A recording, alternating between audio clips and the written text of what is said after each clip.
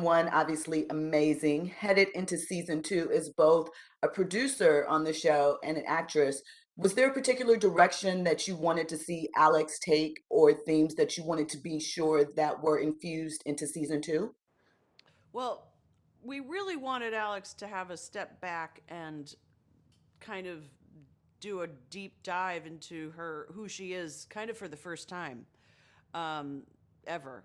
And at the beginning of season two, originally, she had gone almost to a rehabilitation center and just try to figure out, to get in touch with who she is.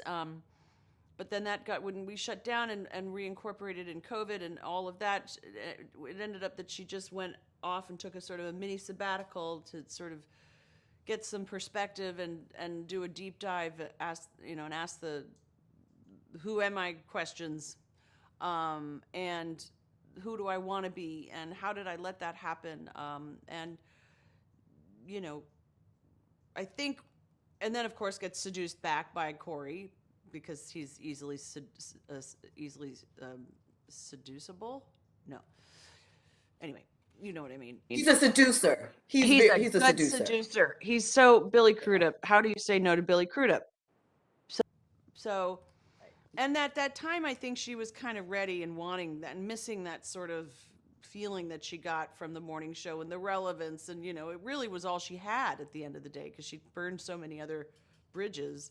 And that was her only sort of a source of self reflection was getting back from, but I also think she believed, that she could take with her this newfound integrity and awareness and self-awareness and bring this new Alex back with her into the hallways of TMS, and just too many buried bodies there, so not so easy, and just some fun, wonderful twists and turns watching her kind of navigate that, trying to sort of stay sane and yet being dragged to the dark side, and just knowing what is there and having those secrets that she is so desperately trying to squelch. As a producer as well, being that season one impacted women because of the nuance of the story and how it delved into areas that weren't really talked about in ways that we were used to. How does that make you feel, being that you are not just in the project, but responsible for how the project unfolds?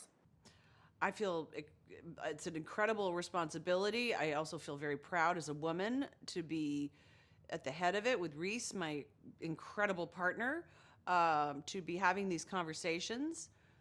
I think we're at the age where it's a little bit of a F it, who cares?